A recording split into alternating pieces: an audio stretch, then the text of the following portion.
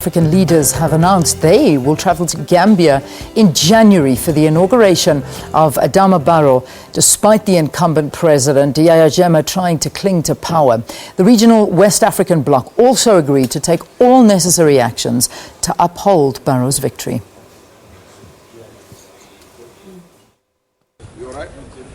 The African continent has been besmirched with leaders who want to hold on to power forever. This despite the African Union's adoption of a two-term policy which has been endorsed by most member states, of which Gambia is one. I hereby announce to you Gambians my total rejection of the electoral results and thereby annulling the elections in its entirety, and until we will go back to the polls, because I want to make sure that every Gambian has voted.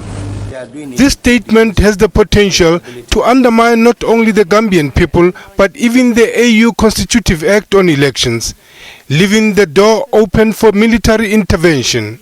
As far as the Chief of Defense called me to give me that support, and what he said in his own words, we are going to support you 250%. West Africa's heads of states have been desperately pleading with Jammeh to step down. He's been in power for 22 years. It is now important that the authority at this summit considers recommended measures to bring this matter to successful conclusion before January 19. The United Nations Secretary General has condemned this outrageous act of disrespect of the will of the Gambian people and defiance of the international community.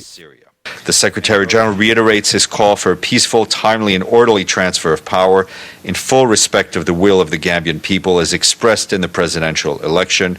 He calls on the Gambian military and security forces to immediately vacate the premises and refrain from any other further acts with the intent to jeopardize efforts towards the peaceful transfer of power.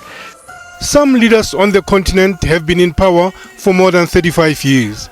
Presidents Dos Santos of Angola, Robert Mugabe of Zimbabwe, and Yoweri Museveni of Uganda, to name but a few. On Saturday, the West African Regional Bloc said it would uphold the election results in Gambia despite the outgoing president's refusal to step down. Jammeh has vowed to take his case to the Supreme Court, but the court doesn't have sitting judges and the government will need to appoint them. Lehana Tsotetsi, SABC News, Johannesburg.